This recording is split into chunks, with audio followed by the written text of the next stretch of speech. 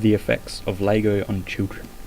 LEGO, a name that most people know, the most successful toy company and the #1 entertainment product for all children.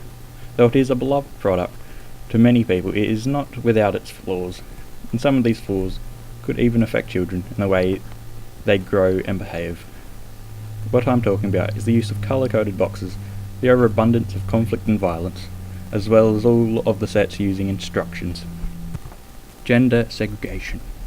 Have you ever walked into a store and gone over to the LEGO section and realised the colours?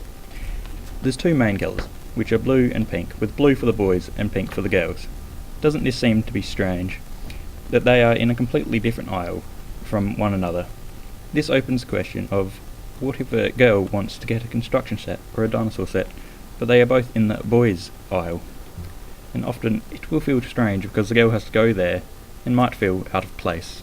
Another thing that is present is the overabundance of male characters in sets, with over 90% of all minifigures being male.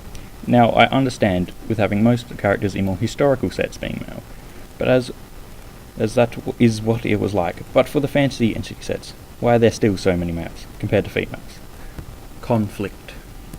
The use of conflict is something that LEGO has only recently used in products, while still staying away from modern forms of conflict.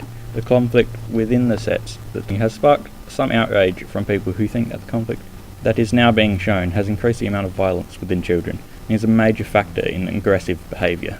Though there are some people who think scientific proof is that it is the opposite and allows kids to form boundaries and to know not act aggressively.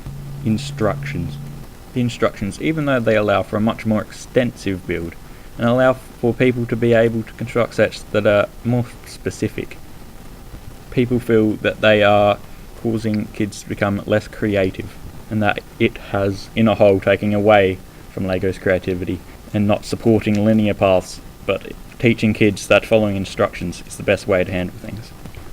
So, in conclusion, LEGO, who are the biggest toy company in the world and provide entertainment to millions of children worldwide, do have some problems that people do not particularly agree with, but there is still a change that has been occurring, which has seen LEGO listen to the criticism that they have received with LEGO Friends and gender in LEGO, and has worked on fixing these issues and going away from gender-specific sets.